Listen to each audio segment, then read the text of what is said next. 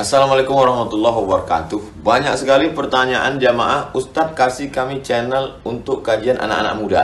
Di antara anak muda berasal dari Aceh, luar biasa, channelnya Maulizul Akbar Nak.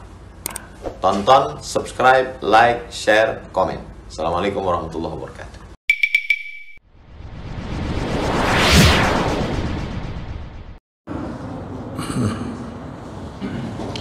Assalamualaikum warahmatullahi wabarakatuh.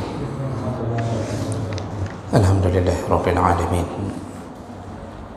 Wa bi ni'matihi tatimmu shalihat. Asyhadu an la ilaha illallah wahdahu la syarika lah. Wa asyhadu anna Muhammadan 'abduhu wa rasuluhul karim. Allahumma shalli wa sallim على نبينا المصطفى محمد وعلى آله وأصحابه أجمعين. أما بعد، رب اشرح لي صدري ويسر لي أمري واحلل عقدة من لساني يفقهوا قولي. Segala puji bagi Allah, kemudian salawat dan salam pada Rasulullah, pada keluarga dan seluruh sahabat-sahabatnya yang Allah muliakan, insyaAllah. Bapak-bapak, ibu-ibu yang berhadir karena Allah, mudah-mudahan Allah balas dengan pahala yang berlimpah, insyaAllah. Di pertemuan kita yang lalu, kita sudah membahas tentang pengertian haji dan umrah. Jadi haji dan umrah dua ritual ibadah yang berbeda walaupun mirip. Haji secara bahasa artinya menyengajakan, sedangkan umrah secara bahasa artinya berziarah atau berkunjung. Dan kedua-duanya yang dimaksud adalah berkunjung ke Baitullah Al-Haram untuk melakukan beberapa ketentuan yang telah ditetapkan. Ya. Namun ada perbedaan haji dan umrah. Yang pertama, kalau haji hukumnya wajib, dan itu disepakati oleh para ulama. Sedangkan umrah masih khilaf di antara para ulama. Sebahagian mengatakannya sunnah muakkad. Jadi mazhab Hanafi dan Maliki mengatakan bahwa umrah itu sunnah muakkad, sedangkan Syafi'i dan Hambali mengatakan wajib. Kemudian perbedaan kedua dari segi waktu. Kalau haji hanya boleh dilakukan di bulan-bulan yang telah ditetapkan oleh Allah, yaitu mulai dari Syawal, Zulqa'dah dan Zulhijjah. Jadi orang walaupun berangkat dari Syawal, tapi pelaksanaannya, puncaknya di bulan Zulhijjah. Sedangkan umrah boleh dilakukan kapanpun, di bulan manapun sepanjang tahun itu. Kemudian yang ketiga, perbedaan ketiga, tata cara melaksanakannya. Kalau haji, ada rukun haji, ada wajib haji. Ya, jadi mulai dari wukuf di Arafah, kemudian bermalam di Muzdalifah, di Mina, melempar jamarat dan seterusnya, itu ada di dalam haji, tapi tidak ada di dalam umrah. Kalau umrah itu cuma berniat, ya, berniat, kemudian melakukan ihram, berniat ihram, lalu tawaf, sa'i, tahallul. Jadi selesai sudah, cuma itu umrah. Baik, kita lanjutkan. Berikutnya, yaitu kita sempurnakan pembahasan tentang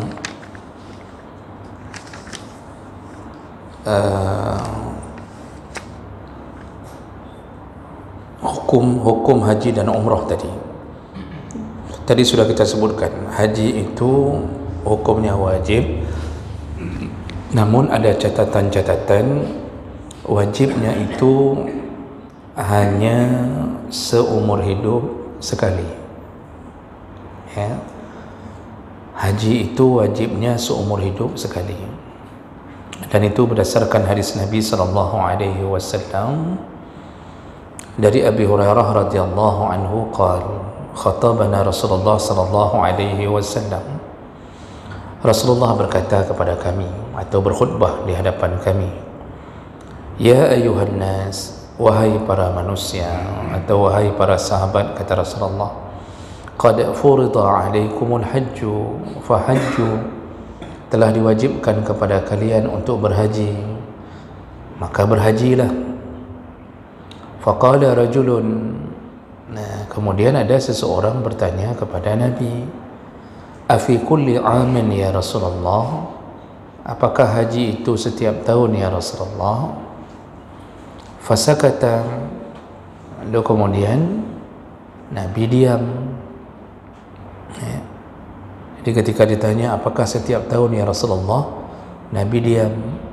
Hatta qalaha salasan, sampai diulang pertanyaan itu 3 kali. Barulah Nabi menjawab, ya, zaruni ma taraktukum walau qultu na'am lawajabat walamma istata'tum, ya. Biarkan aku menentukan kepada kalian, ya. Artinya Nabi akan menjawab, Nabi menjawab dengan tidak menjawab. Jadi waktu ditanya apakah haji itu setahun sekali, Nabi sengaja tidak jawab supaya tidak muncul jawaban. Nah, nanti Nabi sambung, seandainya lau qultu na'am, seandainya aku jawab iya, maksudnya iya setahun sekali, lama lawajabat, maka aku khawatir haji itu diwajibkan setahun sekali. Lama istata'tum, dan kalian tidak akan mampu. Nah, jadi rupanya Nabi sengaja diam waktu ditanya apakah haji itu wajib setahun sekali. Sengaja Nabi diam supaya tidak terjawab dengan jawaban yang akan memberatkan. Nah, jadi dari sini ini dalil pertama menyatakan bahwa haji itu hanya wajib setahun sekali, seumur hidup sekali, ya. Seandainya diwajibkan setahun sekali, Bapak Ibu, kita nak mampu, ya, dan pasti akan bermasalah, ya, dan itu pengorbanannya besar, ya. Baik, kemudian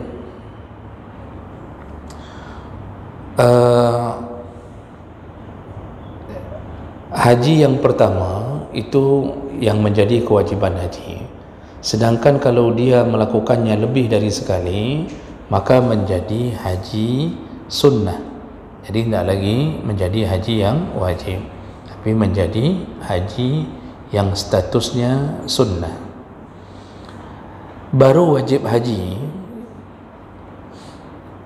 yang bisa bertambah kalau dinazarkan. Jadi haji itu baru bisa menjadi 2 kali wajib kalau ada haji yang dinazarkan, ya.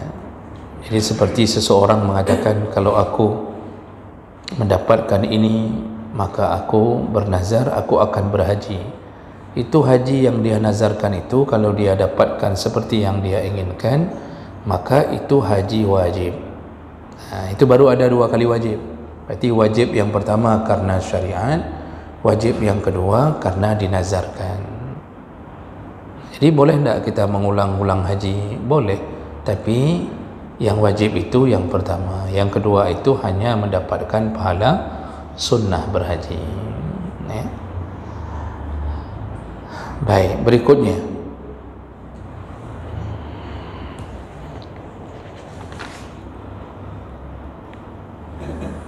bagaimana keadaan orang yang melakukan haji tapi dengan harta haram, ya. Jadi kalau menurut mazhab Hambali, orang yang melakukan haji dengan harta haram, maka, ya, hajinya tidak sah, ya, tidak sah berhaji dan bahkan mendapatkan dosa. Jadi kalau orang berhaji dengan harta haram, menurut mazhab Hambali tidak sah, tetap bahkan mendapatkan dosa. Jadi tidak dianggap hajinya, harus ulang, ya. Sedangkan menurut mazhab Maliki, Syafi'i dan Hanafi, haji dengan harta haram itu sah, namun ma'a isyan, hajinya walaupun sah tetapi berdosa. Nah, kalau mazhab Hambali langsung tak sah, berarti tak dianggap haji. Tapi kalau menurut Hanafi, Maliki, Syafi'i, hajinya tetap sah, cuma bukan dapat pahala, malah dapat dosa. Jadi maksud sah begini, berarti dia sudah melakukan haji, tapi haji mardud, bukan haji mabrur, ya, haji yang berdosa, yang tertolak. Itu sama seperti seseorang, ya, melakukan salat fil ardil maghsubah, sama posisinya seperti seseorang melakukan haji, melakukan salat di atas tanah yang dirampas. Jadi maksudnya kita merampas tanah orang, kita buat musalla, sedangkan yang punya tanah tidak ridha, lalu kita salat di musalla itu, musalla hasil merampas tanah orang. Apa hukum salat kita? Menurut Hanafi, Syafi'i dan Maliki, sah, salatnya sah, cuma berdosa kalau dia tahu itu tanah yang dirampas. Sama kayak salat dengan kain sarung hasil curian, salatnya sah tetapi berdosa. Jadi kalau kita pikir-pikir, untuk apa kita melakukan pekerjaan bodoh seperti itu? Ibadah tapi ujungnya dosa.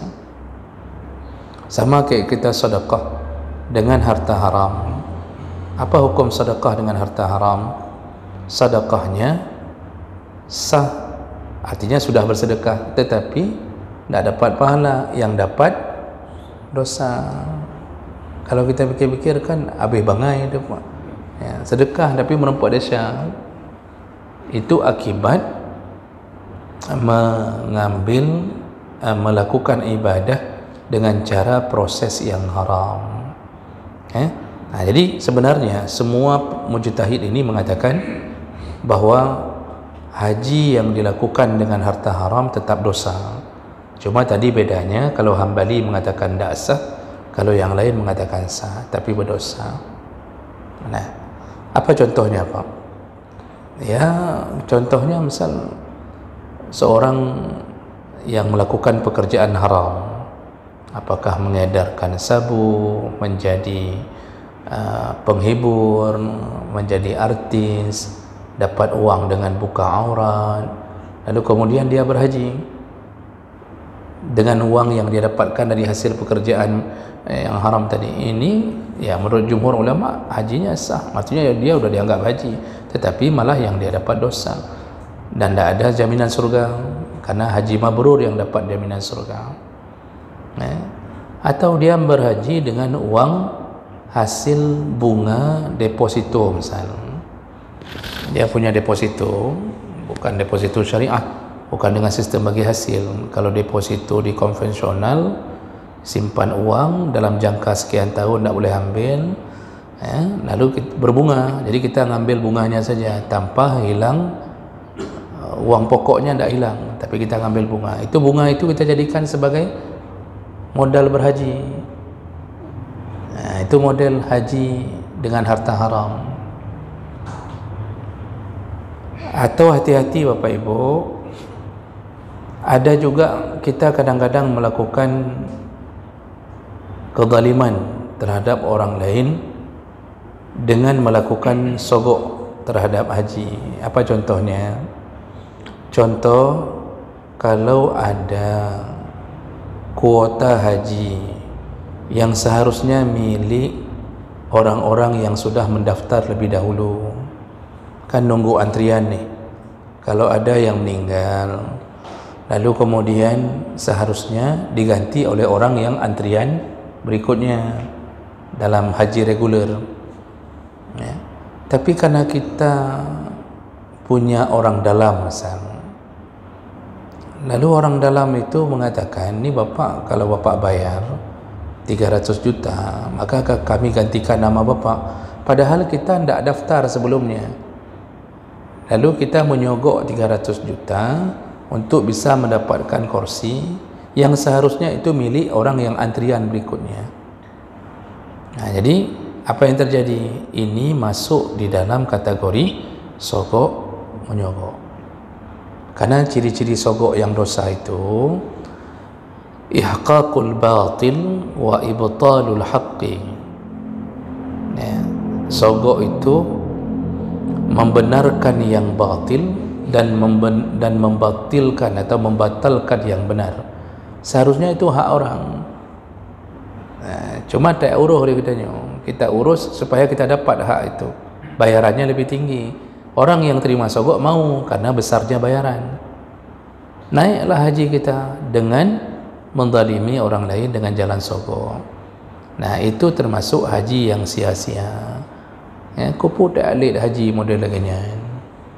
Berhaji tapi menzalimi orang. Akibatnya gara-gara kita masuk, kan itu penyakit di Indonesia kok. Ya, kadang-kadang memasukkan nama-nama yang belum berhak di dalam antrian. Cuma karena dia kaya sehingga diberikanlah kesempatan itu. Berbeda kalau dibuka khusus. Misal keputusan pemerintah untuk 6.000 orang misalnya, itu reguler.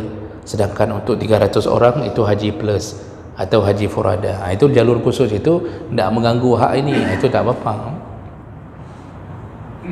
Ya. Itu kan yang jadi masalah si Yakut itu kemarin waktu jadi Menteri Agama. Ya.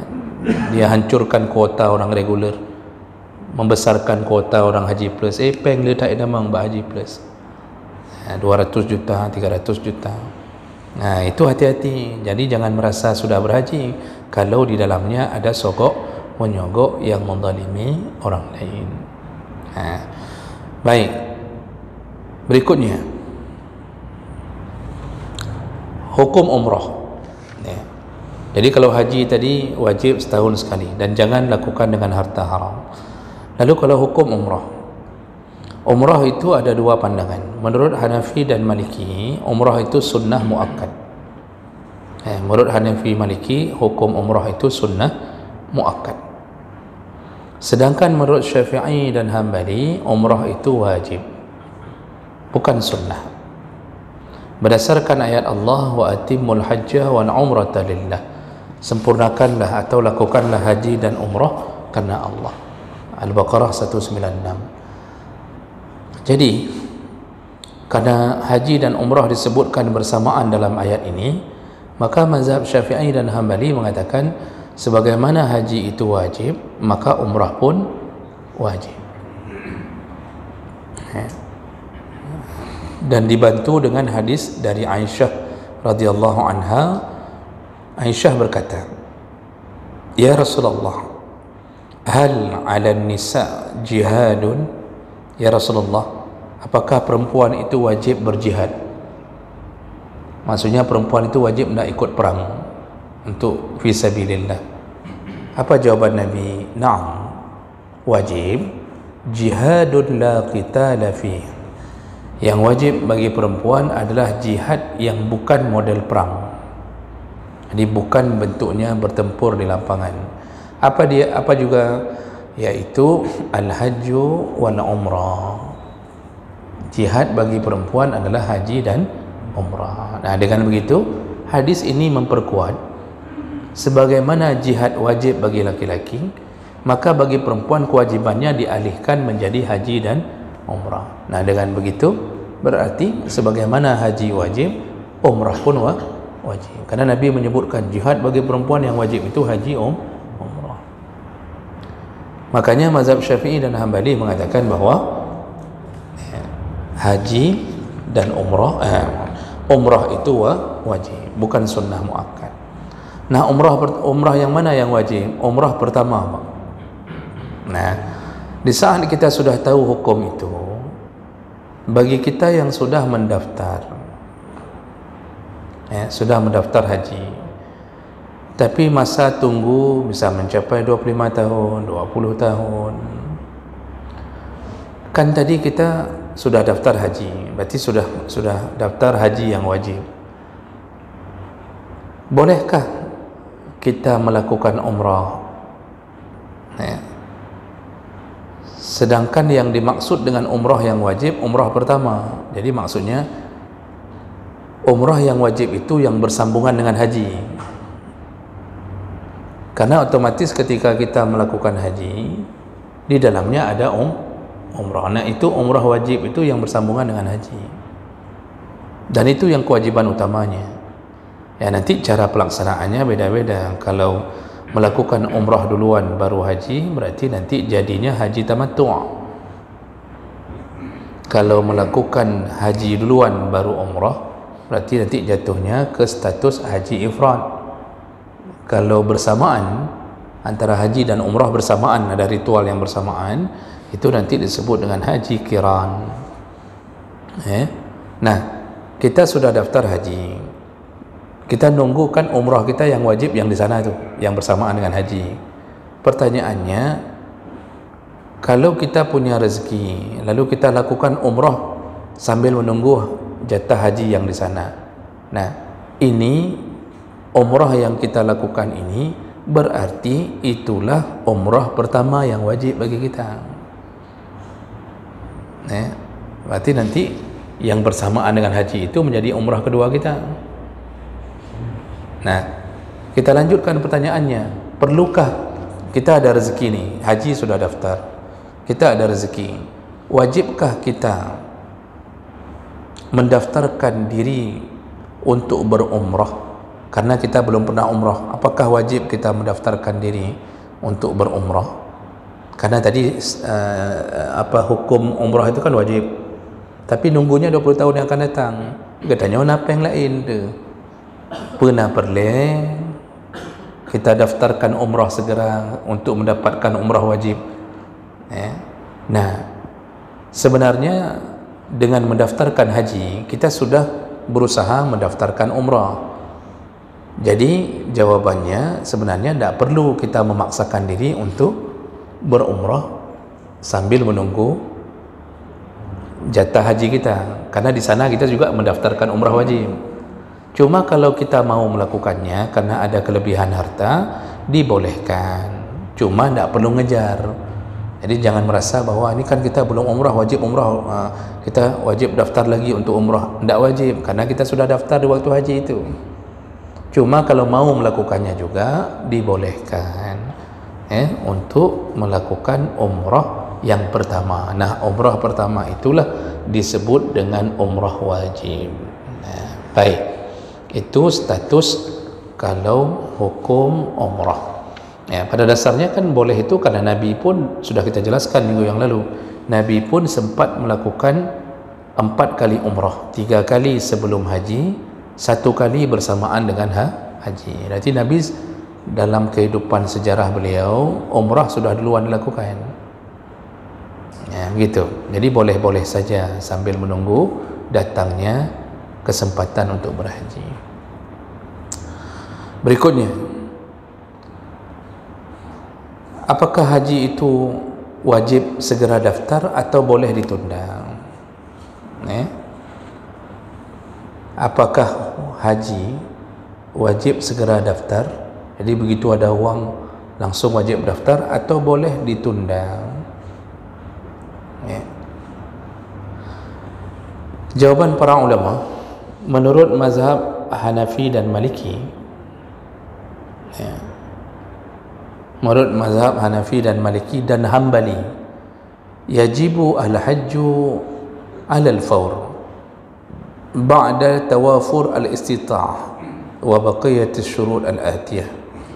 Wajib segera seseorang mendaftarkan haji ketika sudah sampai syarat wajib haji. Nanti syarat yang sebentar lagi kita kabarkan. Wajib segera. Jadi maksudnya tidak boleh ditunda ketika semua syarat sudah dapat. Harus segera, itu dulu yang diutamakan. Nah, begitu. Ya. Karena Nabi SAW ketika mengatakan kewajiban haji, beliau berkata tadi dalam hadis yang tadi dari Abu Hurairah, Rasulullah mengatakan, wahai para sahabat, telah diwajibkan bagi kalian untuk berhaji, maka berhajilah. Nah, jadi Nabi suruhan Nabi segera berhajilah. Nah, begitu. Itu jumhur ulama berarti mengatakan bahwa wajib segera mendaftarkan haji. Kemudian juga dibarengi dengan ancaman-ancaman. Ada beberapa hadis, walaupun hadis ini ada yang dhaif, tetapi beberapa hadis dhaif itu bisa menjadi penguat. Di antaranya dalam hadis riwayat Tirmizi disebutkan, man malaka zadan wa rahilatan tuballighu ila baitillah wa lam yahujja fala alaihi ayyamuta yahudiyan aw nasraniyan. Barang siapa yang sudah punya kelebihan harta dan punya kenderaan untuk berangkat, tidak juga dia berangkat haji, maka dia mati dalam keadaan Yahudi atau Nasrani. Kemudian dalam hadis yang lain ada ancaman juga. Rasulullah SAW itu berkata, man lam yahbisuhu maradun aw hajatun dhahirah aw masyaqqah dhahirah aw sultanun jair, barang siapa yang tidak terhalang dengan sakit, juga tidak terhalang dengan kesulitan, dan juga tidak terhalang dengan pemimpin yang zalim, falam yahujja, tidak juga berhaji, falyamut, maka dia mati insya'a yahudiyan wa insya'a nasraniyan. Dia mati kalau dikehendaki Allah, mati seperti matinya Yahudi atau matinya Nasrani. Nah, ini hadis ini walaupun kategorinya masih dhaif, tetapi maknanya ada benarnya. Ini menjadi ancaman buruknya orang yang menunda-nunda haji. Ya. Jadi jumhur ulama mengatakan wajib segera. Sedangkan menurut mazhab Syafi'i, menurut mazhab Syafi'i bahawa haji dan umrah itu tidak wajib segera dilakukan, boleh menundanya, dengan syarat dia telah mengazamkannya di masa yang akan datang. Nah, jadi ini maksudnya bukan dia menunda-nunda sesuka-suka hatinya, tetapi maksudnya begitu dia punya rezeki, maka dia berazam tu, insyaAllah ni tahun depan saya daftar, insyaAllah tahun depan saya daftar. Tidak wajib maksudnya begitu datang gaji langsung daftar haji, tidak wajib begitu. Dia juga boleh menundanya dengan memperhatikan kebutuhan-kebutuhan yang lain. Tapi pada intinya mazhab Syafi'i bukan mengatakan bahawa harus segera, tetap harus segera, cuma dibolehkan menunda kalau ada kebutuhan yang lain. Jadi kedua-duanya itu sebenarnya ingin mengatakan segera dengan ayat Allah, fastabiqul khairat, berlomba-lombalah untuk segera melakukan kebaikan. Jadi Bapak Ibu yang Allah muliakan, dengan begitu seseorang kalau sudah punya harta, ya, maka dia mendahulukan haji dibandingkan kebutuhan yang tidak penting. Jadi dari bahasa para ulama tadi, tidak boleh ketika ada kelebihan harta kita malah mengalokasikannya kepada perkara yang tidak penting. Ya. Misal kita bisa berangkat kerja dengan motor, berarti motor itu penting, karena kalau tidak ada motor tidak bisa pergi kerja. Begitu ada gaji, ada kelebihan harta, membeli motor untuk bisa menyebabkan kita bisa kerja, itu berarti dianggap kebutuhan utama. Dengan motor pun sudah sampai ke kantor. Nah, kemudian ada uang lagi berikutnya. Begitu ada uang berikutnya, kita beli mobil, padahal mobil bukan kebutuhan utama. Atau kita menambah menambah luas rumah, padahal tanpa menambah itu pun kita sudah bisa tinggal. Nyo yang model lagi nyo, daftar haji tidak ada, tapi mobil sudah 2 di rumah. Satu mobil paling murah 150 juta misal, satu mobil. Ada 2 di rumahnya mobil. Haji daftar 25 juta, dia tidak daftar haji, tapi mobil sudah 2 di rumah. Dan mobil bukan kebutuhan utama bagi dia, karena dia bekerja pun dengan motor Supra X tapi sampai, ya. Tapi dia beli mobil lalu tidak daftar haji. Inilah yang kalau mati, yang disebut tadi dalam hadis yang walaupun dhaif tadi, itu kalau mati itu bahaya. Berarti matinya dalam keadaan melawan ketentuan Allah, sekaligus statusnya dianggap seperti matinya Yahudi dan matinya Nasrani. Nah, ini penyakit ini yang paling banyak sama orang hari ini. Haji tidak daftar, asai napeng, beli dulu yang tidak penting, ya. Jadi bukan kebutuhan primer, dah masuk kebutuhan sekunder. Nah, beli ini, nanti beli tanah kosong, padahal dia gaji ada, tapi beli tanah kosong, nanti haji tunda dulu. Kita tidak penting masalah dipanggil 20 tahun, 25 tahun, itu bukan urusan kita. Yang penting kita menampakkan diri di hadapan Allah, kita taat.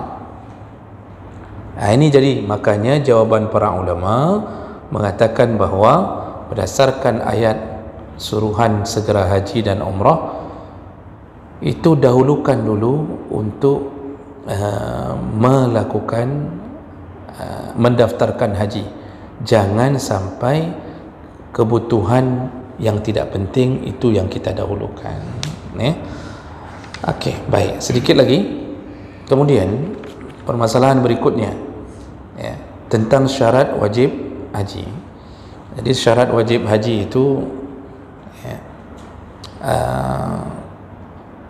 di antaranya, jadi ini yang menyebabkan seseorang sudah wajib haji. Yang pertama Islam. Jadi kalau Islam itu ada di kita semuanya. Makanya ini orang kafir tidak ada kewajiban bagi mereka. Kalau sudah masuk Islam, maka sudah dapat syarat pertama. Yang kedua, syarat wajib haji itu adalah al-bulugh, yaitu baligh. Ya, syarat wajib haji itu baligh. Ya. Artinya kalau belum baligh maka tidak wajib haji. Nah, kemudian timbul masalah, bagaimana kalau seandainya ada anak-anak yang belum balik tapi dibawa haji oleh orang tuanya? Nah, di sini para ulama mengatakan kalau umurnya belum balik, sudah dibawa haji, seandainya dia berada di umur tamyiz, tamyiz itu mendekati balik, maka hajinya tetap sah. Sama ke syarat wajib salat apa Pak? Balik. Syarat wajib salat balik. Nah, tapi balik tidak masuk syarat sah salat. Anak-anak belum balik tapi sudah bagus salatnya, sah tidak salatnya Pak? Sah. dia belum balik, umur 10 tahun, sudah bagus salatnya sah, tapi pahalanya untuk orang yang mendidiknya, orang tuanya, gurunya. Makanya kalau ada anak-anak dalam saf salat belum balik tapi sudah memayyiz itu dia sudah paham walaupun belum balik, tak perlu kita pindahkan dari saf, ya.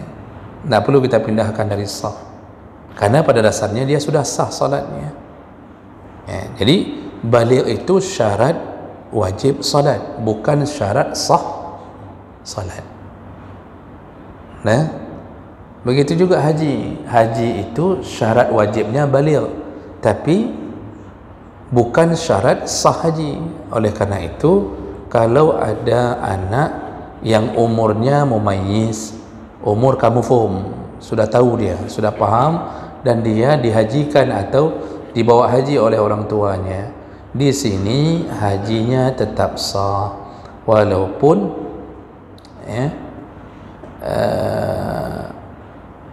walaupun dia belum balik. Nanti pahalanya untuk siapa? Untuk orang tuanya. Nah, ini ada hadis Nabi SAW yang menyebutkan tentang masalah ini. Jadi Nabi SAW itu pernah bertemu ketika melakukan satu perjalanan. Beliau bertemu dengan rombongan, ya, satu rombongan di Rauha itu di antara Mekah dan Madinah. Lalu Nabi bertanya, kalian siapa? Manil kaum, kata Nabi. Lalu mereka menjawab, kami orang Islam. Nah, jadi Nabi nak memberi salam dulu karena belum tahu ni orang Islam atau bukan. Nah, lalu kemudian mereka bertanya, engkau siapa? Nah, baru Nabi mengatakan bahawa dia Rasulullah, karena kan mereka tidak kenal yang mana Rasulullah, ya. Di situ kemudian seorang perempuan menampakkan bayi, ya. Bukan bayi kali, anak-anak, menampakkan anak-anak ke hadapan Nabi. Mereka membawa anak itu menuju ke haji. Ditanya ke Nabi, ya Rasulullah, ini bisa tak ni hajinya ni? Ini maksudnya hajinya sah atau tidak?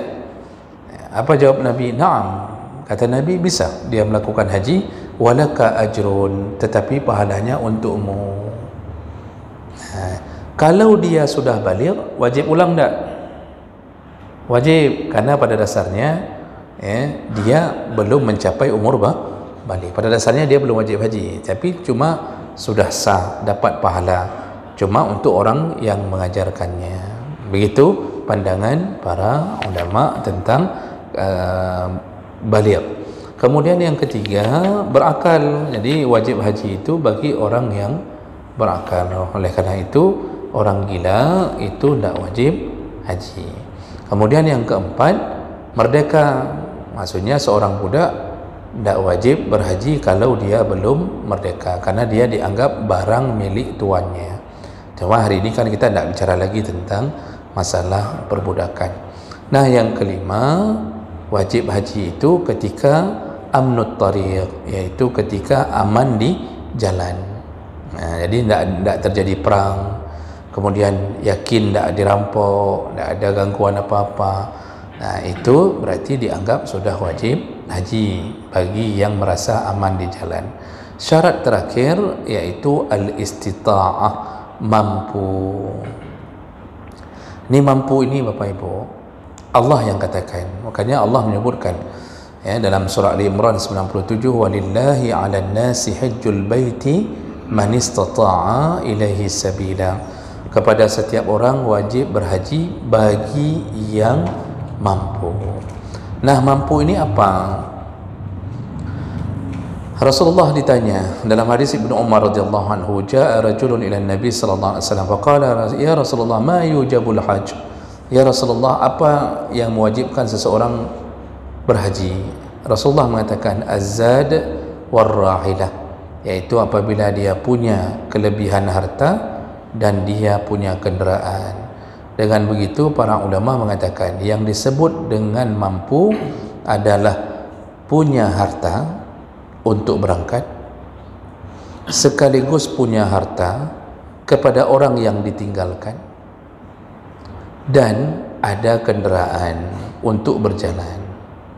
Berarti kita ni baru wajib haji untuk berangkat ada uang, untuk yang kita wajib beri nafkah pun ada uang yang kita tinggalkan. Kalau begitu tak wajib haji kalau cuma ada untuk berangkat tapi tidak ada uang untuk orang yang kita tinggalkan. Kita berangkat haji 40 hari, pulang anak-anak sudah mati semua dalam kamar, tidak ada makanan, itu kan wajib ya, berarti ya. Jadi harus perkirakan nih wajib haji. Dulu orang tua kita Pak, itu tahun-tahun 70-an 60-an itu kan, walaupun mereka punya harta, ada binatang ternak, tapi anaknya kan 8, 10. Orang tua kita dulu kan tawakal kali hidupnya, agak fikir yang penting mana juga kan, semua tawakal ke Allah. Itu uang pas-pasan untuk sekolahkan anaknya semua, maka sampai meninggal tak sempat haji. Berarti memang belum masuk kategori mampu. Nak masuk kategori mampu. Makanya tak perlu pun kita menghajikan mereka, karena Allah pun tak nanya kalau bagi mereka yang tak mampu. Tapi bagi kita yang sudah punya 2 mobil tadi, itu wajib jual tu mobil tu untuk mendaftarkan haji. Kalau sudah daftar ada kelebihan ya beli lagi. Yang tak boleh tak daftar-daftar, bilang tak mampu, kayak mana tak mampu. Di ruang tamu meja kayu jati, kursi Jepara, kemudian lampu kristal, pegah draw nak mampu tapi itu dosa itu Pak. Kalau mati di atas kayu Jepara itu, di atas meja Jepara itu, mati langsung dalam neraka yang Jepara aja. Itu yang bahaya,